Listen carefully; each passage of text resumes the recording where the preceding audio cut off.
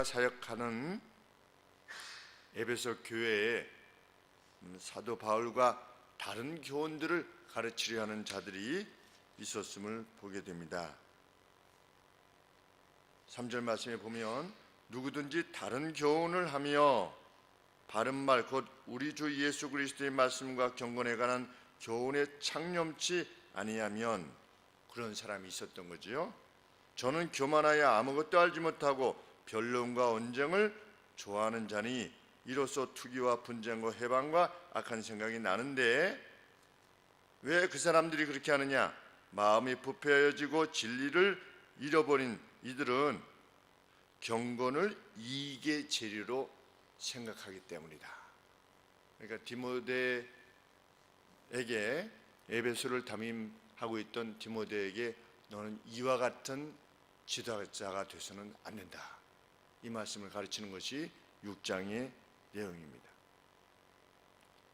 거짓 스승들은 논쟁의 여지가 있는 문제들을 가지고 어떤 변론하기를 좋아했다는 겁니다. 왜 그런 것들을 좋아했는가? 그 논쟁이 있는 문제를 논함으로 자기들이 뛰어나다라고 하는 사실을 드러내가지고 그걸 부각시켜서 사람들에게 명예를 얻고 또 사람들로부터 어떤 이익을 얻게 되는, 그것을 목적으로 해서 변론하기를, 말싸움하기를 좋아했다는 것입니다. 4절 말씀이 그 말씀입니다. 변론과 언쟁을 좋아했다. 경건을 이익의 재료로 생각한 것입니다.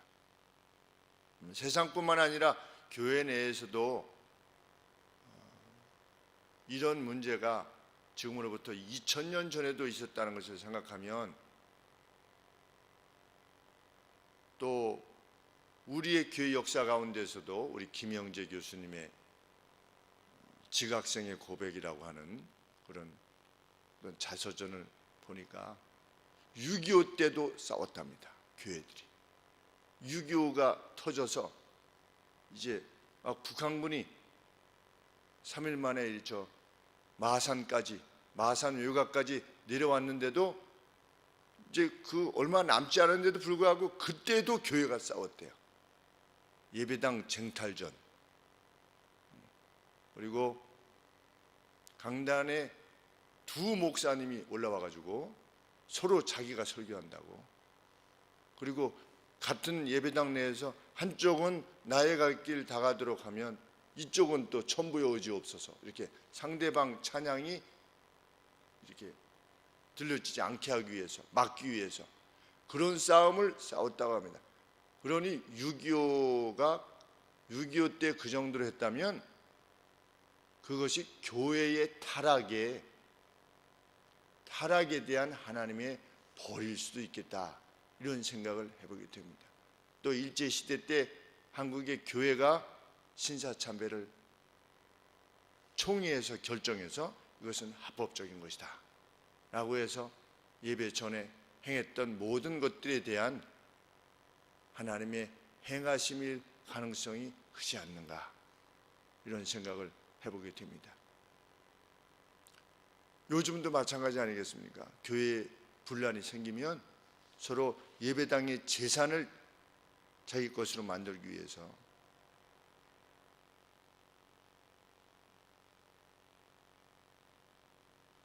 참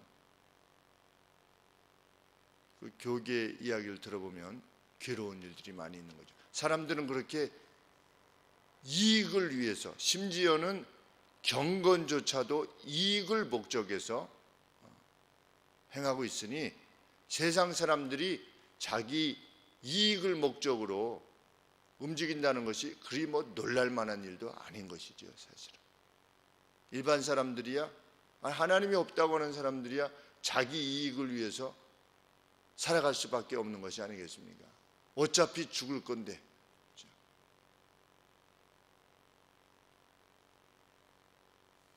바울은 그렇게 교회 내에서 거짓 무리들이 경건을 이용해서 자신들의 이익을 구하는 모습을 보면서 디모데야, 너가 같은 유혹에 빠지면 안 된다 라고 이렇게 다시 한번 디모데를 가르치고 있는 것입니다. 그러면서 참된 경건이라는 거 하는 것은 이러이러한 유익이 있다. 그들은 경건을 이익에, 어떤 돈을 버는 어떤 영예를 얻게 되는 그 이익의 재료로만 여기고 있지만, 실상은 경건은 제대로 지니고 있으면 큰 유익이 있는 것이다. 6절 말씀에 경건이 큰 이익이 되는 자, 정말 하나님 다음은 큰 유익이 있다는 겁니다.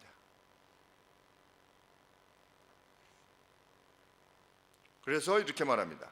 그들은 경건을 이익의 재료라고 여긴다. 그러나 경건은 만족이 뒤따를 때 큰 유익의 도구들이다. 술부는 이러지요. 큰 유익의 도구들이다. 경건은 큰 유익이 있다는 겁니다. 누구에게? 그 경건을 지닌 이들. 그런데 그 경건이 무엇이 뒤따르게 될 때, 만족이 뒤따르게 될 때 큰 유익이 있다.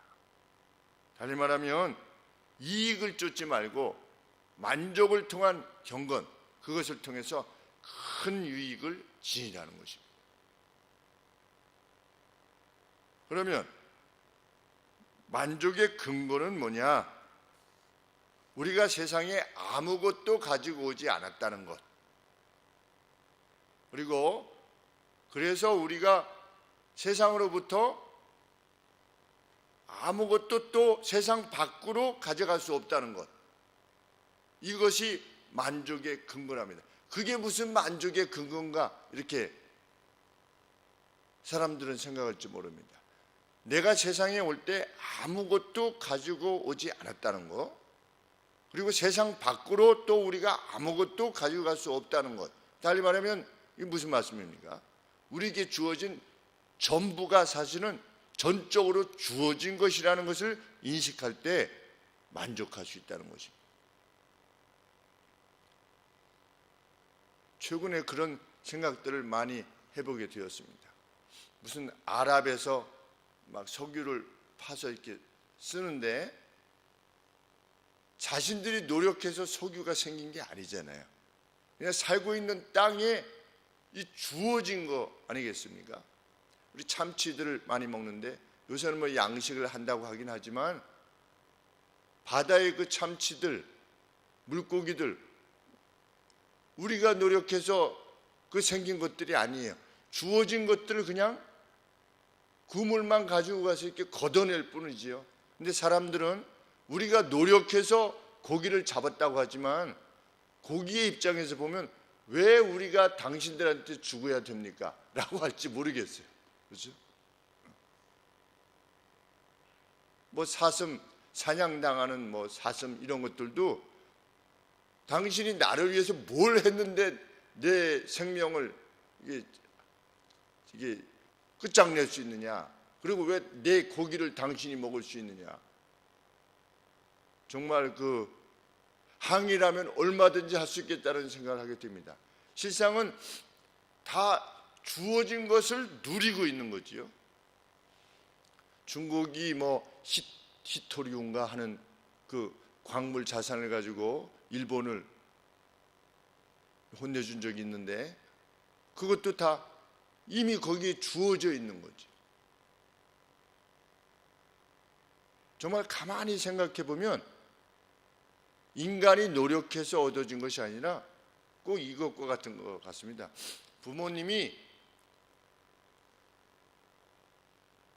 부모님의 돈으로 다 사주지 않습니까? 우리 자녀들을. 그러면 어차피 자녀가 가지고 있는 건 다 부모님으로부터 온 것이지요.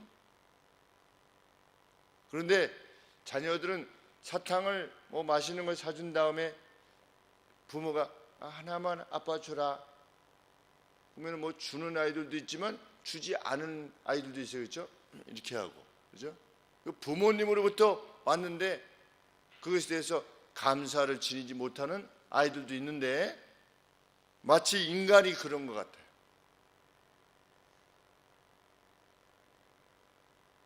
정말 지각이 있는 사람은 인류에게 주어진 모든 것들이 하나님에 의해서 주어진 것이라고 인식할 뿐만 아니라 내 개인에게 주어진 것 역시 하나님에 의해서 주어진 것이구나 라고 하는 것을 인식할 수 있게 되는 것이지.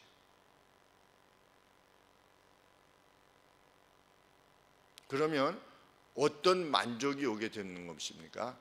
야, 이것도 좀 그래, 이것도 주신 것이니까 만족하자, 이런 차원이 아니라 또 주실 수 있겠구나 라고 믿게 되는 거지요. 만족이라고 하는 것은 내가 얼마를 가졌다, 이걸로도 그냥 잘 견뎌봐, 다른 사람은 더 어려운 사람이 있잖아, 이런 차원이 아니고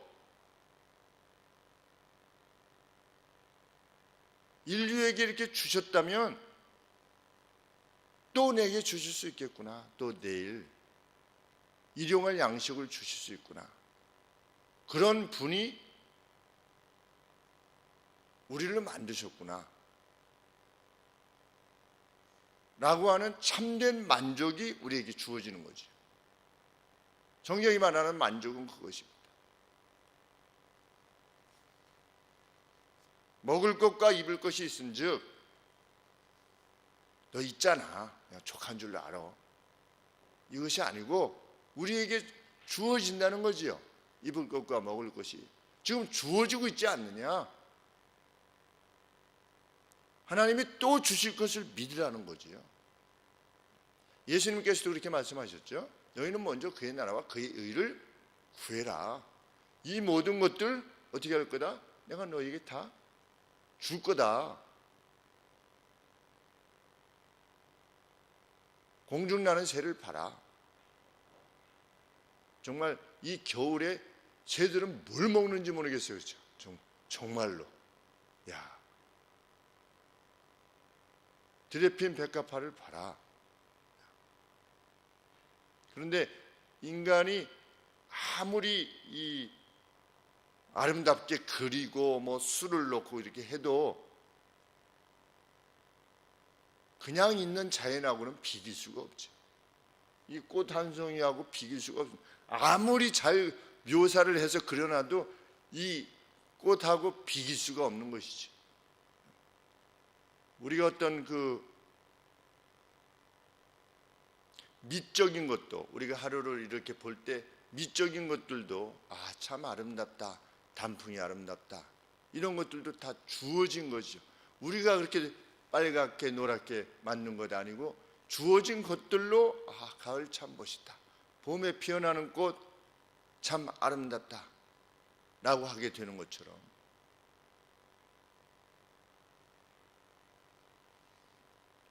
이것들이 먹을 것과 입을 것이 우리에게 있다고 하는 것은 신적인 돌봄의 증거들이다. 하나님께서 우리를 돌보고 계시다고 하는 증거다.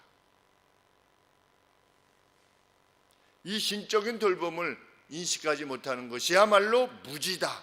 성경은 이렇게 가르치는 거죠. 정말 어리석은 자다. 그래서 그들은 어떻게 하려고 한다? 이익을 통해서 부자가 되려고 한다. 어리석은 변론을 통해서, 논쟁을 통해서 자기가 무엇을 취하려고 한다. 그러나 너는 이렇게 하지 말아라, 이렇게 디모데에게 말씀하시는 것이죠. 11절 말씀에 오직 너 하나님의 사람아 디모데야, 이것들을 피해라. 왜? 9절 말씀에 그런 식으로 경건조차도 이익을 목적하려고 하는 사람들은 유혹과 올무와 덫과 여러 가지 어리석고 해로운 정욕에 떨어지나니 곧 사람으로 침륜과 멸망에 빠지게 하는 것이라. 우리가 지금 나라적으로 이렇게 괴로움을 겪고 있는 것, 그 말씀 아니겠습니까? 부활이 하는 자들은 시험과 올무와 여러 가지 어리석고 해로운 정욕에, 그런 욕망에 떨어지나니 곧 사람으로 침륜과 멸망에 빠지게 하는 것이라 우리가 보고 있지 않습니까? 그런데도 사람들은 돈을 사랑하려고 하지요. 여전히 그런 방법으로 살아가려고 하는 사람들이 있습니다. 그 사람들을 지시하고, 왜 악한 사람이 잘 되는 겁니까? 이렇게 하나님께서 끝장내시는데도 불구하고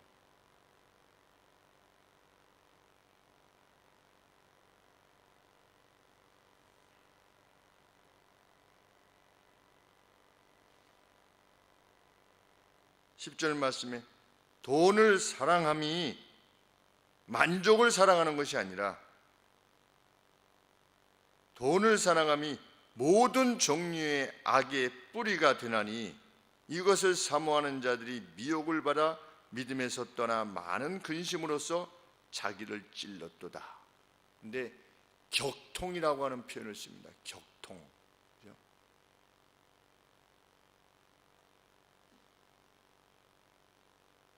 과거 그러하셨듯이 내일도 하나님께서 우리에게 만나를 또 내실 수 있다는 것에 만족하고 확신하는 사람은 사도의 고난대로 무엇에 힘쓸 것입니까? 11절 말씀대로 우리는 돈을 사랑하는 것부터 떠나서 오늘 하루를 살 때, 내가 일할 때 이것이 의로움이냐 경건이냐 믿음이며 사랑이며 인내이며 온유냐, 이것만을 구할 것입니다. 디모데야, 너는 이것만을 추구하면서 믿음의 선한 싸움을 싸우라. 그리고 성도들에게 무엇을 가르쳐라? 17절 말씀에 이 세대의 부한 자들을 명하여, 이 현재적인 삶에 있어서 부한 자들을 명하여 마음을 높이지 말고, 어험 하는, 그렇게 하지 말고, 누가 나를 건들겠나, 이만한 돈이 있는데 라고 하지 말고, 이거 내가 버는 건데 내가 쓰겠다 라고 하지 말고, 정함이 없는, 어떤 견고함이 없는 재물에 소망을 두지 말고 오직 우리에게 모든 것을 후히 주사 누리게 하시는 하나님께 두어서, 정말 그렇게 두는 자는 어떻게 하도록 해라? 그 주신 것을 어떻게 해라? 선한 일을 행하고 선한 사업에 부자가 되고 나눠주기를 좋아하며 동정하는 자가 되도록 그들을 가르쳐라. 그렇죠?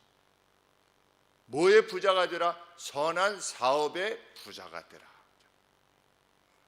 돈을 많이 가지고 있는 게 부자가 아니고 선한 사업에 얼마나 힘쓰느냐가 부자를 결정한다는 것이죠. 진정한 부자. 이것이 어떤 것이다? 장래 자기를 위하여 좋은 터를 쌓아 참된 생명을 취하는 것입니다. 이것이 미래의 삶에 있어서 참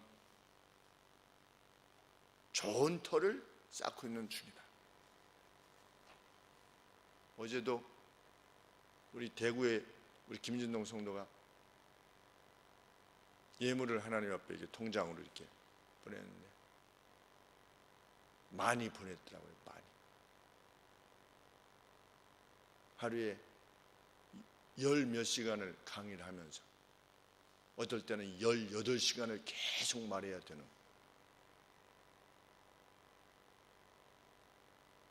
전에 친구 빨리 올라와야지, 우리 같이 믿음 생활 같이 해야지 그랬더니, 그러면 헌금이 줄어들잖아 이렇게 얘기를 해서, 그것도 맞는 얘기는 하네. 빨리 여기가 온전하게 돼서 친구도 부담 없이 빨리 올라왔으면 좋겠네. 정말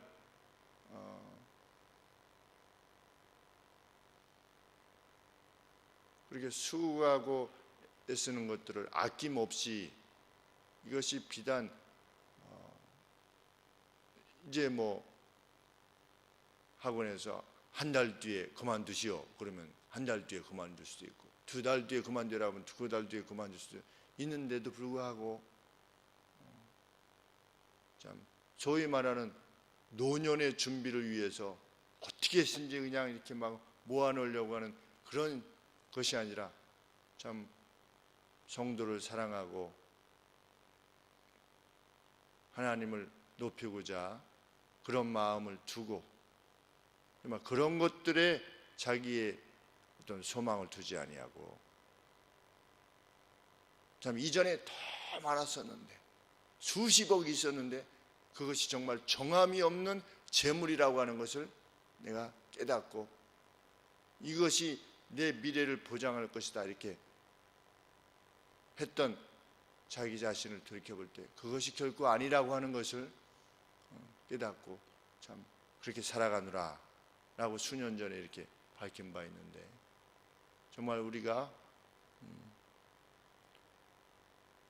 매일 또 내년에 또 30년 뒤에 우리의 노년에도 하나님께서는 매일의 만날 우리에게 허락해 주실 것이다.